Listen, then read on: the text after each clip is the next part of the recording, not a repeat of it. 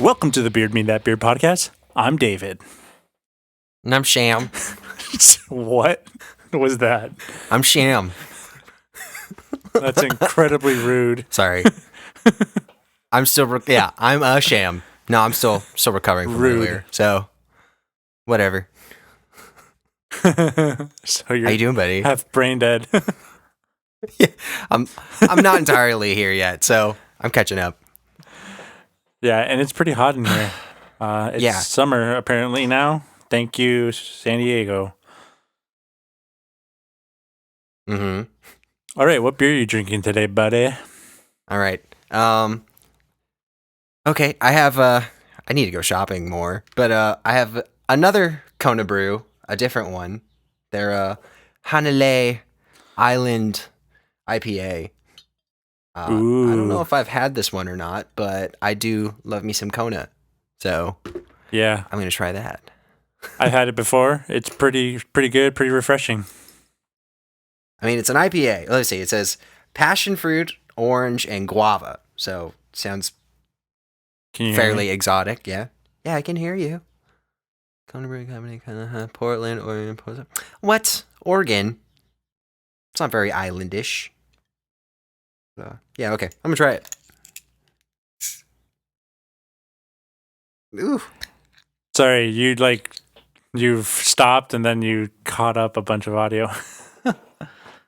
Yeah, I couldn't tell if you were just being really still or I was being still, listening to you, but yeah, it was a lot of lagging. All right. Well, anyway, it smells promising. It's an IPA.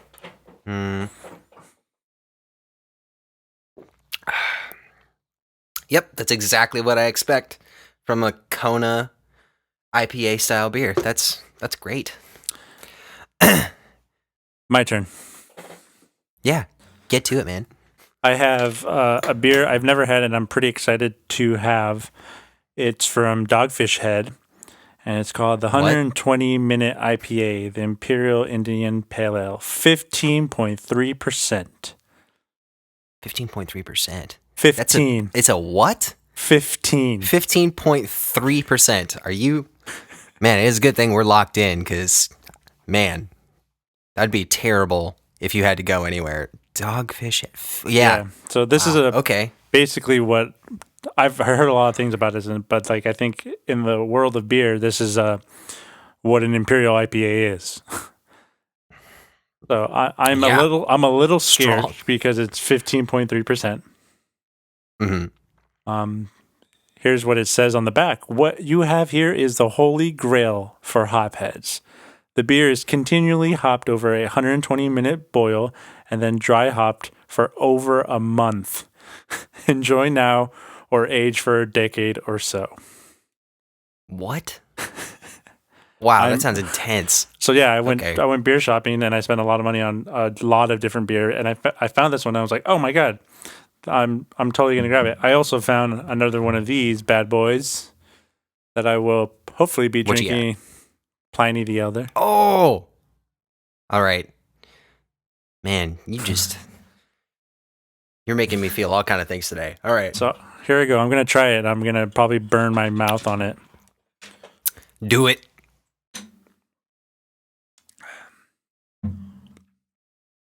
Wow, that's a interesting taste.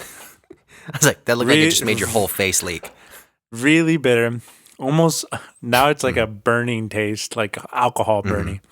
It's very it for 15%. It's not as alcohol-y as I thought it would be. Like burning, like make you want to go.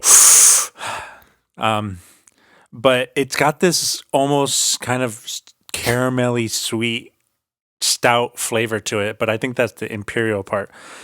This is a strong ass beer. Damn. All right. Chug, chug, chug. No way. I don't think I could chug that.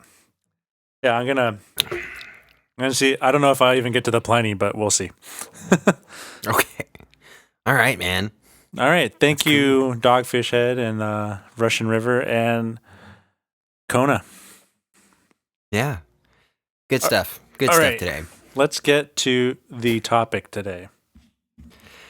Now, David just kind of sprung on me just a little bit earlier today what we were talking about, and I'm still not entirely sure, but he's assured me that it should be a fun one. So this is going to be a blast, and I'll tell you why. Because all right, Sam always has these crazy thoughts in his head about situations that will never happen to him. Mm-hmm. So I thought, oh my God, we should do something like that. And because Sam is so imaginative, I was like, oh, we should do like really dangerous situations and what we would do. Okay, so like hypothetical, just yes, hypothetical situations, and then me and Sam will give our expertise on how to handle the situation, and then I'll read off what this article says you should do. Okay, all right. Well, we'll I guess we'll see if we agree with those or not. And this is from list25.com, consistently conciliating curiosity. 25 dangerous situations and how to escape them. Now, are you like 100% sure that you pronounced that correctly? No. Okay. Okay, so I'm going to read the little thing they have at the top, and then we'll start. Here at List 25, we love our readers and are very adamant about their safety. Nothing would break our hearts more than having to find out that one of you drowned in an ice hole or got ripped to shreds by a pack of wild rabid dogs. So, we came up with a solution. Train you in the art of disaster survival. From the mundane to the monumental, here are 25 dangerous situations and how to escape them. So, I think we'll probably go through half, and then next week we'll do another half. Okay. But we'll see. Assuming this goes well. We'll see how it goes. All right. Yeah. All right. I don't know. I think I've got a pretty level head on my shoulders. I think you're brilliant. Why'd you pause? That's a really long. I think you're brilliant. That was a really long gap. Pause. That wasn't even a pause. You just left that sentence. But you should pick it back up. Yeah. You're like, yeah, you definitely have thoughts. I forget what I watched, things. But there was a show that said, "Oh, do you know what everything that comes before but is horse shit." It's true. The meat of what you want to say is after the but. That's you're really nice, but yeah, you're trying to cushion a blow, just slightly. All right, here we go. Slightly. Number 25. And Sam should be, I think Sam should know a little bit about what to do in this situation. An avalanche. This Sam. Okay, all right. An avalanche, what's the scenario? Was it just like out on my lonesome, just on a mountain? Or was I snowboarding and then there was you're snowboarding, you're skiing on a mountain, and there's an avalanche coming down, raining down onto you. What do you do? What do I do? Well, I mean, like, most likely I would die, but I'm assuming that's probably not the answer you're looking for. Let me see. So, all right, if I am doing any kind of snow-related sports activity, so say I'm sledding, snowboarding, or skiing. I mean, if it's actually me we're talking about, I'm probably snowboarding. So, say I get clipped by this hurricane, by this avalanche. I'm assuming, I don't know, every movie I've ever seen tells me that like you're like under, what is it? Like a good like at least 5 to 6 feet of snow, just like layers on top of you.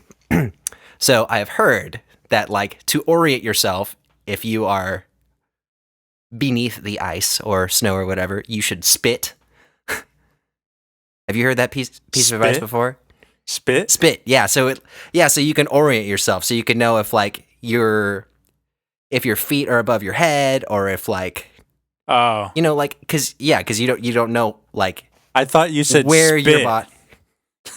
What? Like spit, like you spit, not sit. Yeah. SPIT. No, spit.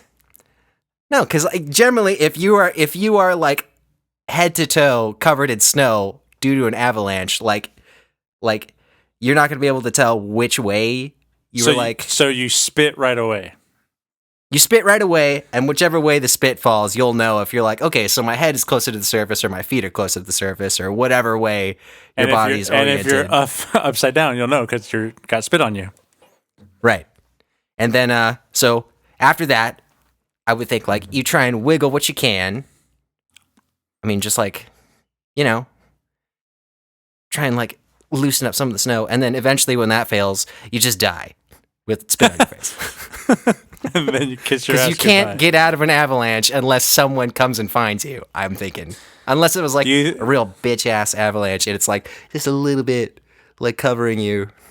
Which that never happened. You're either gonna get covered in snow or you're gonna like fall off a cliff or something. So and get pushed off. Yeah. I mean, you're just gonna die, otherwise someone's gonna find you. Okay. That's what I'm thinking. You're great advice. You like how I started hopeful, where I'm like, all right, this is like legit, like some good advice in case this happens. Not really. They'll just get you they'll get that big puff dog with like that little barrel thing on the thing, and it's gonna come lumbering in and find you or something. And then you went crazy. Yeah, probably. I would say, I don't snowboard or ski, so I know nothing about that. I probably wouldn't be walking on a mountain in the snow. Mm-hmm. But if I were to be doing any one of those things, I think my internal instincts would be to jump and ride it on top. Okay. No, hear me out. I'm right. thinking more of like getting crushed by a wave in the ocean. Like when a wave is too big, I try to get as far up sometimes, depending on how I'm orientated. I get it. You try and like get above the break. I mean, at least enough where I can like have my head up. Mm-hmm. Like not like anything about, because what you do in the ocean go underneath, but sometimes it's like you can't do that in the snow. You're not going to pile your head in the snow and then have an avalanche mow you down. Uh-huh. But yeah, so that's what I think I would do. I would try to ride it. I'd probably get fucking thrashed and then probably suffocate underneath the snow and die. Uh-huh. I don't know. Like, are you charging it and like trying to clear it that way, or like you trying to run parallel? I think no. I think I'm trying to go with it. So like I see it coming, and then however long I think it is gonna be to get to me, I'll jump earlier. That way, because I know the avalanche is coming faster than I actually think it is. Very, very quickly. I don't know. I just pictured you like charging it as fast as you can, jumping as high as you can, and then it's just snows, like it's barreling at you, and when it hits you, it's just like loose log comes up and just decapitates you or something. Like or like something terrible. I'm just chest, like chest and up. It's not going to end pretty. All right, yeah, avalanche. That's my theory. Yeah, so it sounds like both of us are pretty ill-equipped for that. Yeah, David would be just the upper torso, and at least they'd be able to see me because there'd be just blood everywhere. Maybe, assuming that there wasn't more snow on top of the snow that got you already, but eventually. All right. I think I would pretty much be dead, but I would try as hard as I fucking can for sure to like get out of the snow somehow. Mm-hmm. Okay. Well, that's something. Well, let's hear what they have to say. Okay. Do not try to outrun it. The avalanche is faster than you by a long shot, even on your skis. You stand a much better chance if you try to move horizontally away from it. If this is not possible, then close your mouth and put your hand and arms in front of your face to create an air pocket. You'll need it when the snow falls. Also, make sure you don't scream because it will waste oxygen. Lastly, try urinating. Seriously, it will make easier for search dogs to find you. That's it? That's you are getting hit. Like you've been buried. That's it. Done. Yeah. Yeah, no, that's basically what I said. Yeah. Just be ready to get hit. Just assume you're gonna get run over, and then wait for rescue if you can. Otherwise, that's it for you. Yeah, right. All right. Well, Well, that cool. was funny. It sounds like I had sound advice. Here is number 2, the second disaster question. And Great.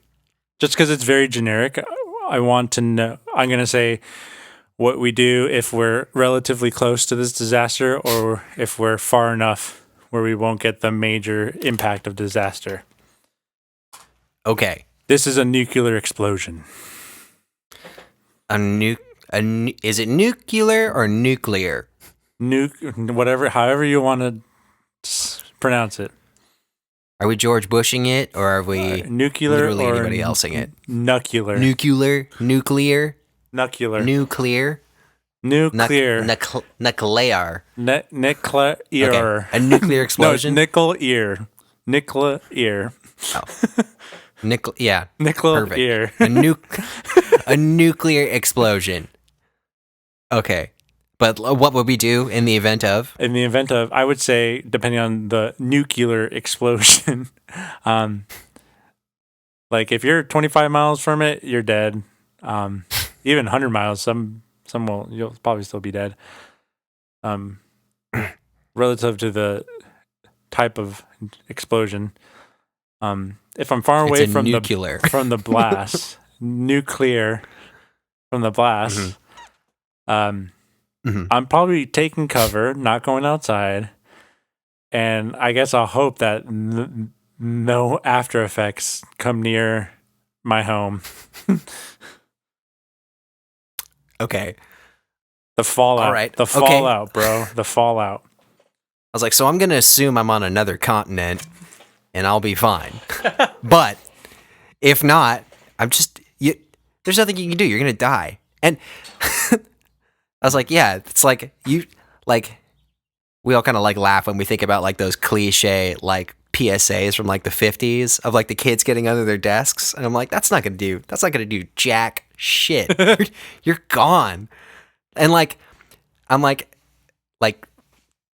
thankfully they haven't really been used in wartime for several decades at this point. But like, if it's anything like the rest of science, I'm sure that there's been some huge developments and they've just gotten bigger, more destructive, and worse. So I'm like, yeah, if you're anywhere like even remotely close to it, you're gone.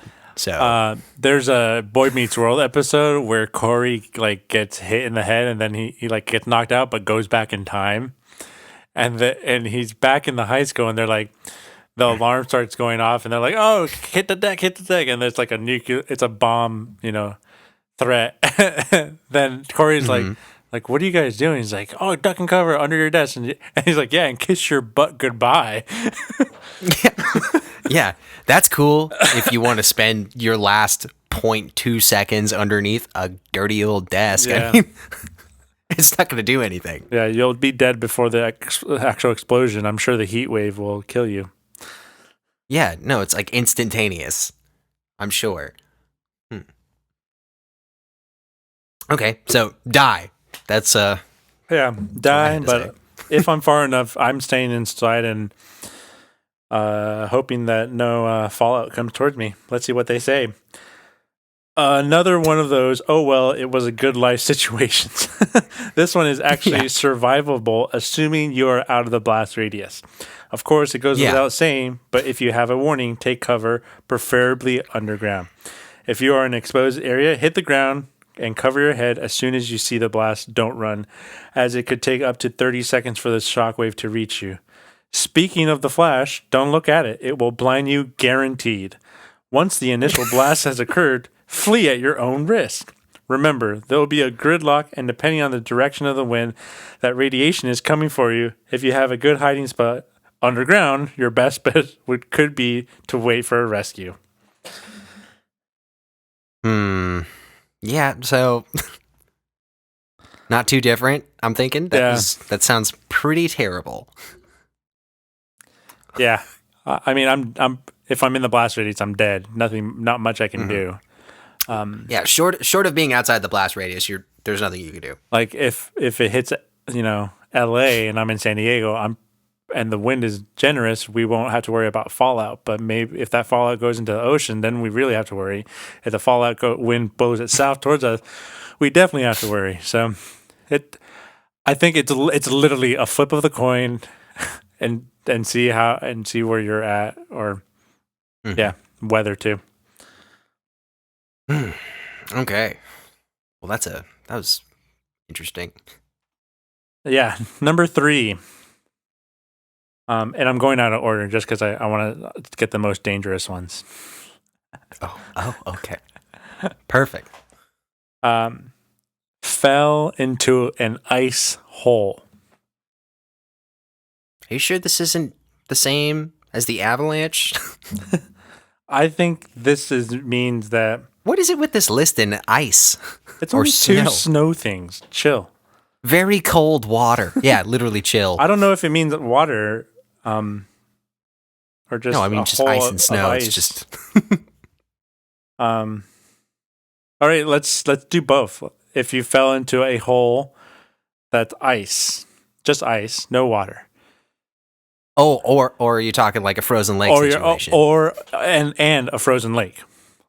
Mm-hmm. In a frozen lake, I am pulling myself up as fast as fucking possible. Obviously, if the ice keeps breaking, I'm going to just keep trying to pull myself up. I'm not going to try to freak out, but I'd probably be freaking out a little bit. But I'm by myself. I'm just trying to get up, get my forearms up there and try to lift myself up.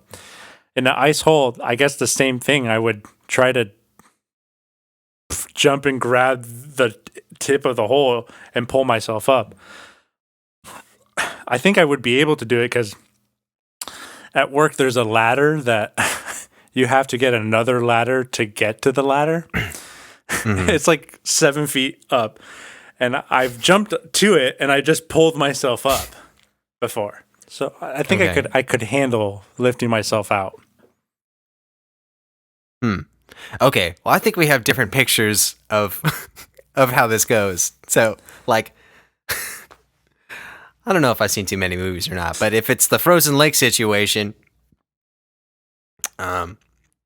so it sounds like in yours, it's like you don't completely just get submerged. It's like you kind of catch yourself a little bit. I mean, if I fall, I'm just going to swim up. Okay. See, that's where I'm like, I don't think you could do that. I don't know. I've seen. Why? What? Okay. Why? Yeah. Because I watched Balto at a very young age, David. And if you've seen that movie, cartoon, Balto goes under the ice, and it's like the current. No. There's another current situation. He flips the ice over. He doesn't fall through a hole. He flips a whole piece of ice over, so there is no hole. This is very different. No. But this has been verified by other movies I've seen where it's like he gets swept away, and it's like you can't find that hole again. So it's like you're just like underneath solid ice. Oh, I'm punching. So it's like. I'm doing my 2-inch punch from Kill Bill.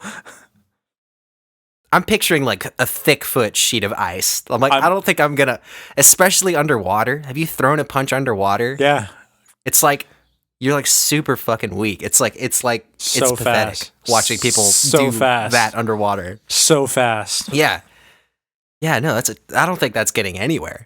Like, and I don't know if it's like if that's actually a thing where like you can like go up and kind of like breathe from the ice. Like you've seen that before, right? I think like in movies and stuff. I think that I'm not sure how it is in the real world, but if I like chewing on ice cubes at home, and you can't suck an ice cube. It's just yeah. I feel nothing. Like now, if that's your first thought, if it's not like super solid ice, I think that's what it's meant for. I think you'll be able to do that. I'm picturing in my head, it's like you have that thought and you're like, okay, it's worth a shot because I don't see an opening. You go up and try and suck air through the ice and you just get cold water just directly down your throat. And now you're drowning. Or even better, faster. Your lips get stuck to the ice and you can't move. Oh, it's like a Christmas Story situation. Or a Christmas Story, yeah. Yeah, that sounds terrible. And And then if it's like, if any of that water gets like into your body, it's like, okay, it's obviously cold enough for there to be ice present. So I'm like, that water is freezing. So I'm like, if you get submerged at all, I feel like your body's just gonna lock up anyway. So it's like, yeah, you're a popsicle. You're fucked. Yeah. So like, short of finding that hole that you fell through, or finding like, you know, by some miracle another hole and you could pull yourself out, you're probably gonna die of hypothermia anyway. But I mean, even if you pull yourself out, you're probably going to die of hypothermia. Like, what are the chances you're going to roll out and immediately there's just going to be like an open flame, and then like it's just going to be like you're going to walk in and it's just like enveloped by heat. That's not going to happen. You're just going to be frozen anyway. There's this show I like watching that I've told Sam about called Top Gear. And there is there's an episode where they're trying to drive a car. Jeremy's driving a car to the North Pole, and the other the other two are using dog sleds. But they do like a training with some guy, and one of the training is like being thrown into a frozen lake, and inside it's all controlled, so none of them are gonna die. But they're like, all three of them are like, I'm not going first. And then the guy training them is like ex-military. His face is blurred out, everything. And he pushes Jeremy into the fucking frozen lake. Wow. And the guys are like just shocked, like that this actually happened. Okay. And then the guy's just yelling at him, "Get the fuck out of the water! Get the fuck out of the water! Get up! Get out!" And he pulls himself out. Oh man! And then he's just yelling at him, "Take all your clothes off! Take them all off! Take your clothes! Like, take your pants off!" And he's like all confused, taking all his clothes off. And then they get him into a little tent and then cover him up to try to warm him up. That shit was so funny. Yeah, but short of like you coming out and you have a team ready to warm you up immediately, I don't think your chances are good. I guess apparently you're supposed to roll in the snow because the snow will take away the water, and that's what you need to do is take away the water. I was like, I don't know. Have you ever been to the snow? I don't think it works that way. I lived in Chicago for a bit, bud. I've been in a blizzard. Yeah. I could survive a blizzard. Yeah, I've made several trips to different climates. I too am familiar. I live. But yeah. But as for the cave situation, like I'm picturing, I guess I just gave myself away. But I'm like ice hole. I'm picturing it's not like a hole. I'm picturing it's like another thin sheet over just like a cavern or something. Fucking just Tomb Raider. Well, yeah, exactly. Something like that. I'm like, okay, I'm probably broken something and it's dark. I think I'm going to die in here. Help. Help. Oh, wait, I was by myself. Why was I here? That's not good. Yeah, I think that's the smartest thing. Don't be by yourself in the snow. Yeah. Just any situation which is potentially life-threatening. Try and have if your cell phone loses reception, tell someone where you're going. Yeah. Or yeah. If you're planning on going out of cellular range, make people aware. Yeah. I mean, that's at the very least. Do yourself a favor in case tragedy strikes. Okay, here's the answer. I don't know. Because there will be probably be little for you to grab onto. You will have to use your forearms to pull yourself up. If you make it out, don't stand up. Crawl to a sturdy area or back to shore. Mm-hmm. Right. Okay. I'm trying to find really, really fucking like hardcore shit. Like, I think I'm more equipped because these are pretty true to life, kind of like pretty extreme, but like they can happen if you are in the right situation. But like, I think I excel at like impossible situations. Yeah. But this is fun. Here's a good one, and and it's not a good one. It's a terrible situation. A hostage situation. Who's the hostage?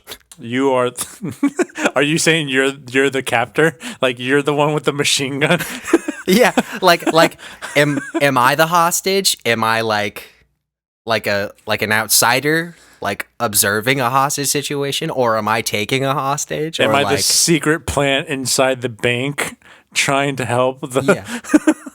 Is this an inside man situation? Am I trying to pull a Clive Owen? Yeah.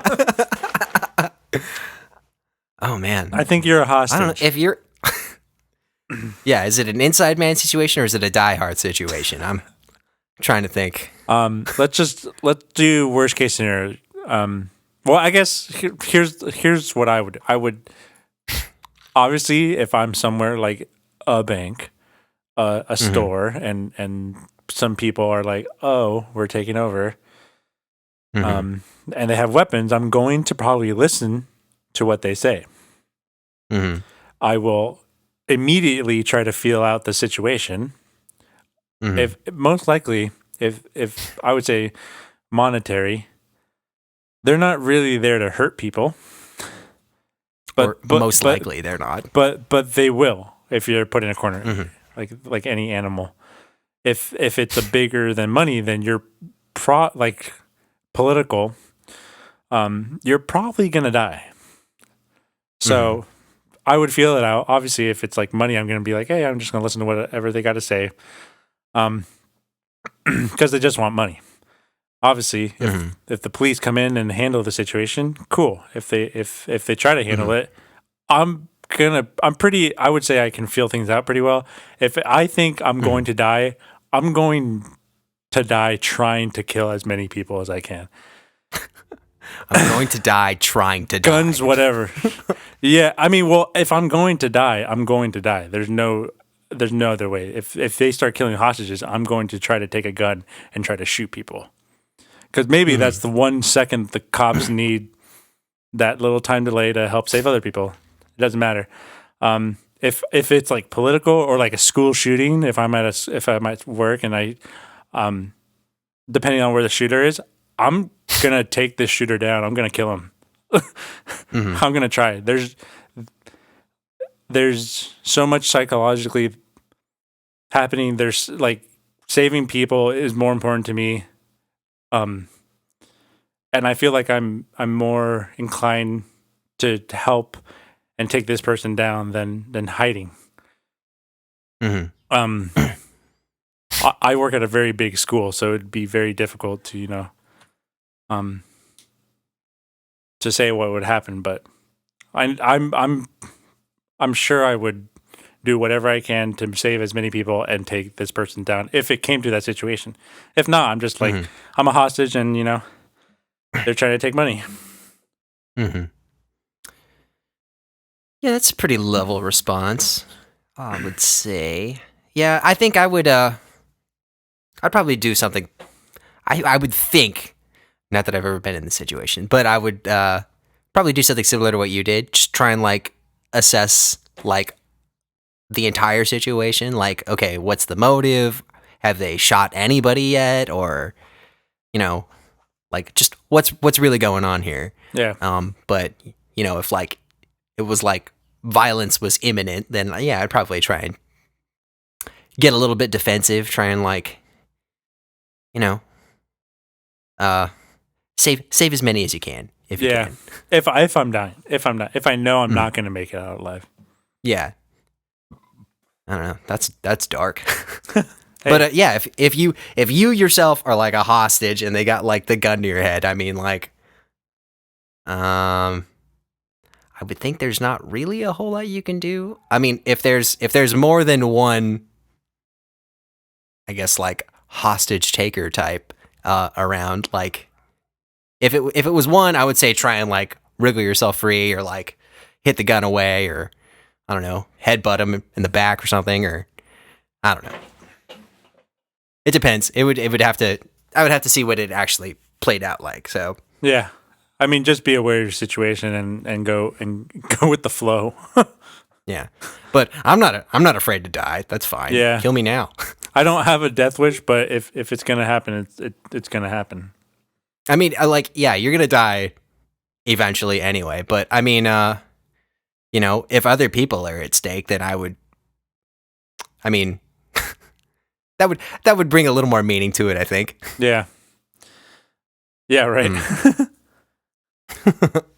All right. So they say if you plan on escaping, do it quickly. Your first couple minutes are critical. There may still be people around, but be smart. If there is no chance, you could make your situation worse, so it may be a good idea to stay compliant. Observe everything and try to figure out why you were abducted. This will likely help you to determine what your captors plan to do with you. Although most hostages survive, it can take years for rescue to occur. No matter what, don't lose hope and stay mentally active. Try to constantly reassess the risks/benefits of attempting an escape. Mm-hmm.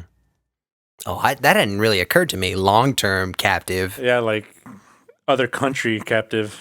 Yeah, you could be like a POW or something. Yeah. All right.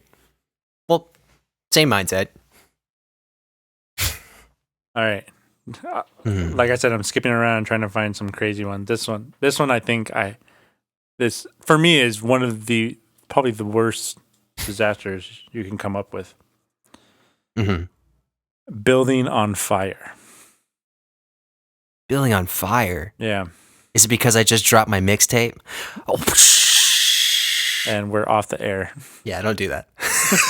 Yeah, don't do that. Building on fire. So this is like a towering inferno situation rather than like a Poseidon situation. Yeah, let's make this a building. Let's make it at least 10 stories. Let's say you're in the 6th floor. Mm-hmm. Fire breaks out. Would you say that... I was going to say, would you say that Ryan started the fire? Or, Ryan started the fire. Okay. Baker. Terrible. So, all right, 10-story building on fire. To what degree is it on fire? Like 365 degrees or like... What's I'm that? Just kidding. What's like that? How much of the building is on fire? What's the band boy? 180 degrees. 98 degrees. Exactly. No, 98 degrees. 98 degrees. Yeah. Like how much of the building is on fire? Let's say it's first floor. So exits are first done. Floor. Exits are done. Okay. What about like the literal fire escape on any building that's above a single floor? Depends on the building because their fire escapes are different on most buildings, and some you don't need to have an outdoor fire escape now. Yeah, if it's a 10-story building, I would think that there's something in place. I'm trying to think of a 10-story. I mean, there's 10-story hotel right here. There's no fire escape on the outside. It's the staircase within the building itself. That being said, all those staircases should be fireproof. Let's just assume, regardless of if it's an exterior fire escape or like interior stairwell situation, let's just say it's like dilapidated. It's like just bad condition. Like you can't use it. Yeah. Okay. Well, first of all, elevator's gone for sure if there's a fire. Fire escape has been pulled or fire alarm been pulled. The elevator shut down automatically. Let's say you can't use the fire escape on your floor, so you got to get to another floor without using the stairs. Another floor without using the stairs? Yeah. All right, I feel like I can think of some stuff. So if I'm assuming there's windows on the building. I'm thinking the same thing. I'm throwing a fucking desk out the window. Yeah. And I'm either getting a very good extension cord or a fire hose. Right. And then rappelling and breaking through the next floor window. Right. And then head to fire escape. Okay. Well, I'm assuming that if they're just like fire escape is not an option. Like you can't. There's nothing you could run to or anything like that. Then you keep rappelling with that fire hose. Huh? You keep rappelling down with that fire hose. Right. But okay. Man, I'm trying to think. if not the fire hose, or like an extension cord, or like, I don't know, a bunch of towels strewn together or something. Or Okay, while the building's on fire, you're gonna have time for that. I'm quick. I'll think of something. At the second floor, I think I would just jump too. Yeah, that was going to be what my end goal would be. I'd be like, I would get to the closest floor to the fire that is not on fire, and if it's like at a reasonable height, I'm taking a jump. I may even jump from the third floor, really. I mean, like, yeah, sure, you'll probably break some legs or whatever. But oh, yeah, for sure. I would, what do you think would be safer, trying to jump onto something or to the ground? It depends what you're trying to jump onto. Do you think like jumping onto a tree, a car, or the ground? From the third floor. A tree, a car, or the ground. I mean, my first instinct would be the tree, but then I'm like, another part of my brain is like, well, what if you just like impale yourself on a branch? I literally was thinking, like, even if like you impale your chest, you're dead. Mm-hmm. Even if you impale your leg, like now you're hanging from a tree with a branch in your leg next to a fire. Yeah, it's probably not the best situation. I don't know. Like, I'm trying to think of like, okay, like, why do I keep going to movies for a reference? It's not a good idea because I don't think that's a good reflection of real life. But like, anybody takes a tumble from a building and they land on a car, if it's like the cabin of a car, that looks like it's somewhat of a cushion when it buckles under your weight. Yeah, like a little bit. So I don't know. Maybe if still gonna hurt. It's gonna hurt, but it looks like that does something. Is what I'm saying. like it's just like any little bit you can get. I'm thinking I would probably aim for one of those. If not, like if ground's like the only feasible option, I would parkour it. I would try and like do like I would do the tuck roll. Try and like get that's all you have. This is one of the more serious things. When you fall, roll. Roll, roll, roll. You're falling out of a car. Roll, roll, roll. Do your best to roll correctly. Don't plant your feet and then just shoot your face straight into the floor or something. I mean, like roll. Like try and somersault through. Already be rolling before you hit the ground. Yeah, like take it to the shoulder, man. Like you're going in for a deep tackle or something. Your torso can take much more than your legs and your head and your arms. Yeah. Okay, so we're saying jump. Yeah, and if it was just my house, I'm getting out as quickly as possible from the closest exit. So if we're in our bedroom and we wake up to a bunch of smoke, I'm breaking the screen window and I'm getting my family out. Done. It's that easy. I'm so fast. I'm going to run through the fire and the flames. And I feel like in a fight or flight, I would if I'm like surrounded by flames, I'm going through a window even if it's covered in fire because me being outside is much better than being inside. True. Melted flesh, or what? I mean, like serious burns, like second, third degree burns, look like they suck. But I'm alive though. Yeah. Okay. But are you though? This is what they say. It's usually not the fire that kills people. It's the smoke. You have to stay low because the superheated gases rise. Stay near a wall and follow until you find an exit. No matter what you do, don't breathe the gas.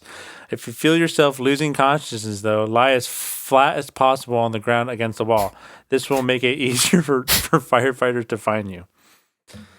Yeah. Wow. I'm getting out. Yeah. I mean, like, I didn't mention any of that because that's like, I feel like that's common knowledge. Yeah. With the like just general fire hazard kind of stuff. But yeah, barring that, I would say just make a run for it. Yeah. I and if it's really bad, I'm jumping from the 6th floor and hope. I'm jumping from the 6th floor head first. I'm like, let's get out of here. I'm like, I'd rather die falling than burning. So. Because then I'll roll. Yeah, yeah. I'm gonna Superman it out. Power pose. You're gonna be fine. Next one. And for me, this is probably the scariest thing in the entire world because this is how I will probably die. I'm gonna be 80, drunk with a turkey leg in my mouth. and I'm choking on food is the dangerous situation, and I think it'll take me. Okay. But I'm prepared. You're prepared. Yeah. All right. What preparations have you made?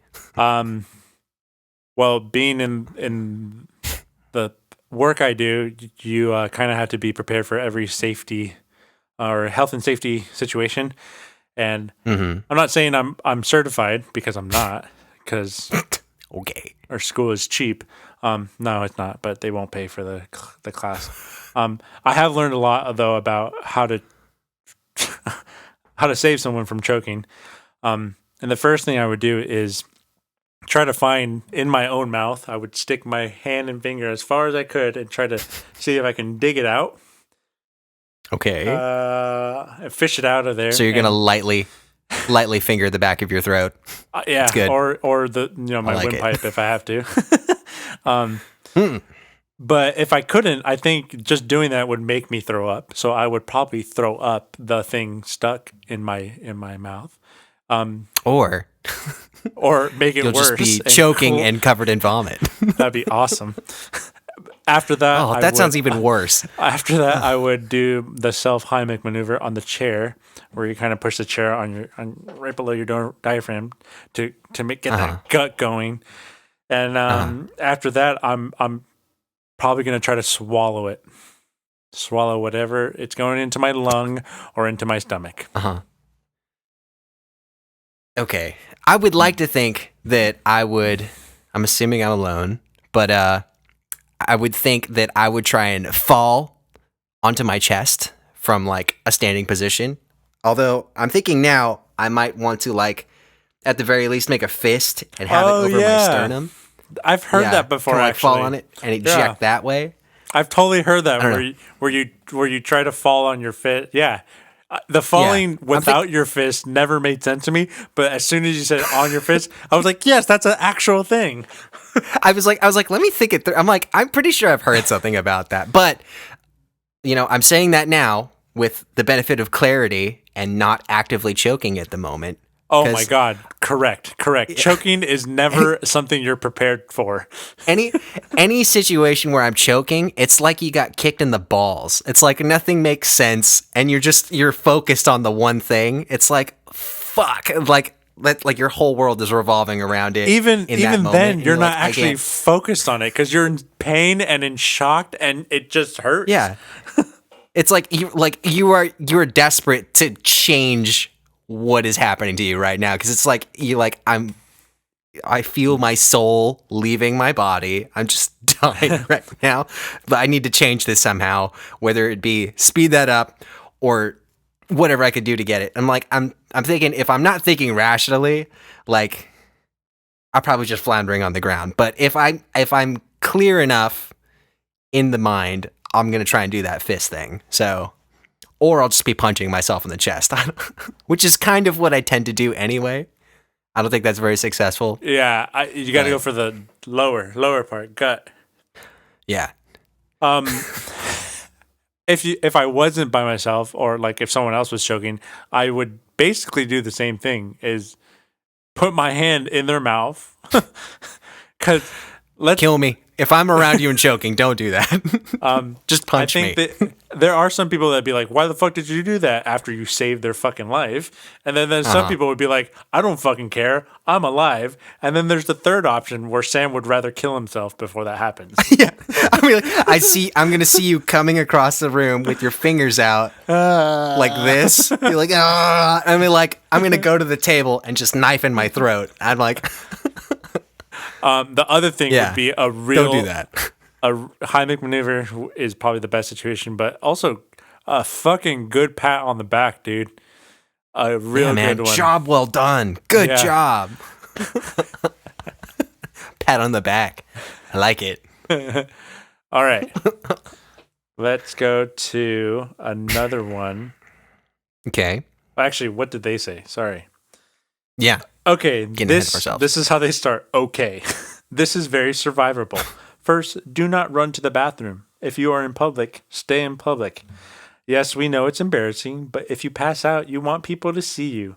Second, if there is no one no one around, you need to do the Heimlich maneuver on yourself. This means slamming your stomach against a solid object like a chair hard. The goal is to get air in your stomach to compress and force the object out of your throat. If you only compress halfway, then some air may escape with the food still in there. This would make consecutive attempts much more difficult. So do what Sam jump, fist on your stomach, and land on your fists. Break your wrists on your stomach and let it fucking come out. Or something like that. Maybe not exactly. I'm sure that's you're doing some damage. All right. Yeah. Cool. It's good. How's your recording? I'm good. Okay. Don't worry, I would have stopped you. All right, next one. And for me, this is probably everyone's worst fear, just because not everyone will ever have the opportunity to be like this. Buried alive. This is very similar to the avalanche situation. A little bit, but I would feel buried alive. Avalanche, I wouldn't say it's completely compact snow. Mm-hmm. Buried alive. So this is more like a... If your captor is smart, like, they would compact the shit out of that dirt. Uh-huh. To make sure there's no escape. So this is like a Kill Bill situation, or like that one Ryan Reynolds movie, or like... Where the whole movie is him in the ground. Yeah. Yeah. I'm 100% ready to die. One, that's good. That goes without saying. Yeah. One, who knows how? If I'm buried alive, they must have knocked me out. So I have no idea how long I've already been buried alive. Two, I don't. 5-6 feet of dirt. I don't think I'm strong enough to break a coffin or box, or just, hey, if they're actually just burying me in the dirt, I'm gonna die pretty quick. Yeah. If somehow I'm able to break the coffin, I'm trying to flip over onto my back onto my stomach actually, as fast as possible, and I'm pushing up as hard as I can, as fast as I can, because that's it. This is your last chance. Like you're out of oxygen, dirt is piling in. And I think lifting from my legs with my chest and my torso, that is the most force I can produce upward. And if I can't get through 10 feet, 8 feet, 5 feet of dirt, then I'm dead. Like I said at the beginning, I'm probably dead. Okay. All right. Well, cool. Well, going off of a real life experience with this, anytime I've ever been buried at the beach, the few times I've been buried up to the neck at the beach, I have not been able to move with any amount of success. It's always been, depending if I was like laying down and my head poking out that way, or if I'm just like stick in the mud straight.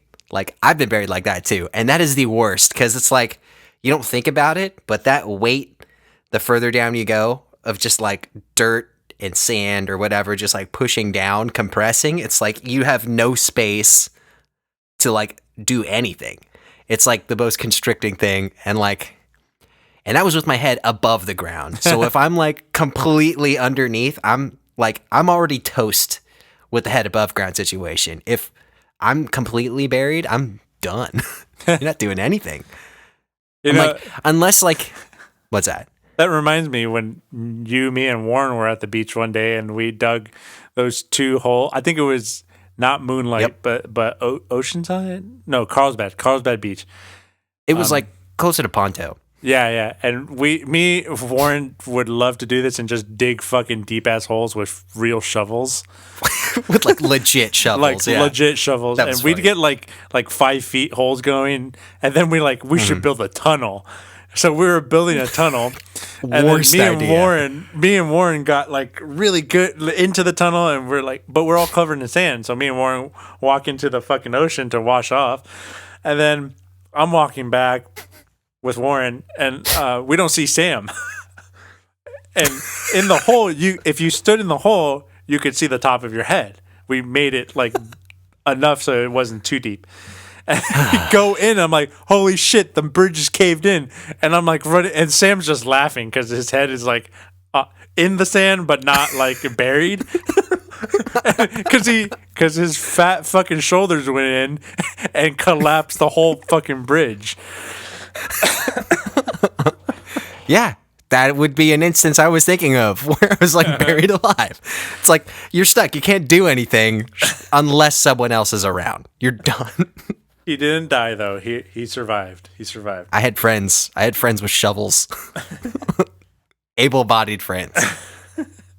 All right, and this is it, and this is what they say. As unlikely as this scenario is, it's happened before. First, as soon as you stop panicking, cover your face with your shirt because you're about to get messy. Put your arms and feet apart.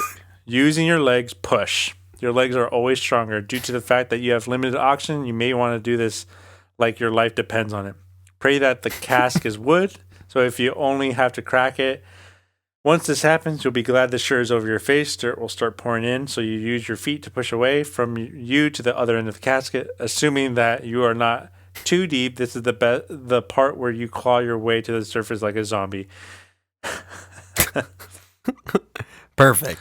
And we'll do one more really quick. And speaking of zombies, number 1, zombie apocalypse. Oh, zombie apocalypse. My favorite kind of apocalypse. Real quick, I'm a survive. There's no doubt about it. I'm going to survive. Uh-huh. I'm gonna kill a ton of zombies. At my work, there's like an area, the catwalk in our concert hall theater. There is only one way up this catwalk, and it's about a 40-foot ladder. And because of safety health regulations, the ladder is enclosed in a fall arrest system. So if you fall, you're in a gate. So I'm gonna get prepared and I'm gonna just drop shit down this fucking 40-foot ladder and kill zombies as they come up. And that's if they can get into this area because it's a heavily secured area. But I think I would survive. I'm not one to take things like I would say I'm a survivalist. Just because I like food wise and water wise and just critical thinking, I think I can figure shit out pretty well. Okay. All right. Well, assuming I mean, that I don't. One thing. That being said, zombies are probably not ever going to happen in our life, but whatever. Now, are we talking like Living Dead, or are we talking like infection type, or? I think I'll just leave that up to you. Living Dead, anyone can make that alive. If it's Living Dead, I'm picturing like classic, like George Romero, slow. I am just buying a couple baseball bats and just fucking. Slow lumbering corpses, like now, potentially missing limbs. World War Z would be a little harder, but I think I still make it. Yeah, but I would lump that more into like infection type. So I'm thinking if it's Living Dead, they're slow. If it's infection, it's like it's like you're 28 days later, everything sprints. If it's that situation, I'm gonna take myself out. I don't want to deal with zombies that can run. I'm like, I have no chance. I'm gonna get overpowered by like a pack of them or something and just get torn apart. And as Sam's friend, I'm gonna chain him up and put him in a basement and play Xbox with him. well, Shaun of the Dead zombies, they're slower. That's more like classic style. No, but if it's classic style, they're also stupider too because they faked them out. So they're like classic zombies, but dumber. If it's any variation of the classic zombie, I have like this odd fantasy. It's not even a fantasy, but like ever since I saw wrong word to use fantasy, I have this imaginary scenario in my head. Ever since I seen Final Destination 3, I don't know if you've seen that movie, but there is a scene in that movie that takes place in like a Home Depot or like a Lowe's type home improvement store, and just like watching what happens in that scene, I'm like, it really opened my eyes to like how lethal it can be in one of those places. I'm like, you're like surrounded by like tools that can like they're meant for like work around the house, but like all like I can think of so many ways to just like maim stuff or like just dismember or just like hack up. But like, yeah, I would think I would like hole up in one of those places and just like go to town on anything that came in. But yeah, I don't know why I think that. But yeah, so it's either that your fantasy. I hole up in a place. Yeah, I hole up in a place. Like I would think guns are good, but that's like finite because if you run out of ammo, you basically just have sticks. So also they make noise. Guns make noise. What's that? Guns make noise. Yeah. That's why my preferred method is melee. I'm gonna have like a bat or like a sword or like rote thrips. Yeah, just it's something like that. Yeah, I'm gonna go to town and just like mowing through stuff. You know, if it's classic. Otherwise, I'm taking myself out. I don't want to be there. Yeah, I'm surviving no matter what. I think I'll make it. I'm a long-term person kind of thinker. But yeah, I think this was super fun, and I think we're gonna keep doing this. We have, we only went through 8, I think, maybe 7. So we Less still than have 10. the list of 25. So I think we'll keep going with this next week and maybe the following week. Thanks for watching and listening. Keep drinking, keep listening.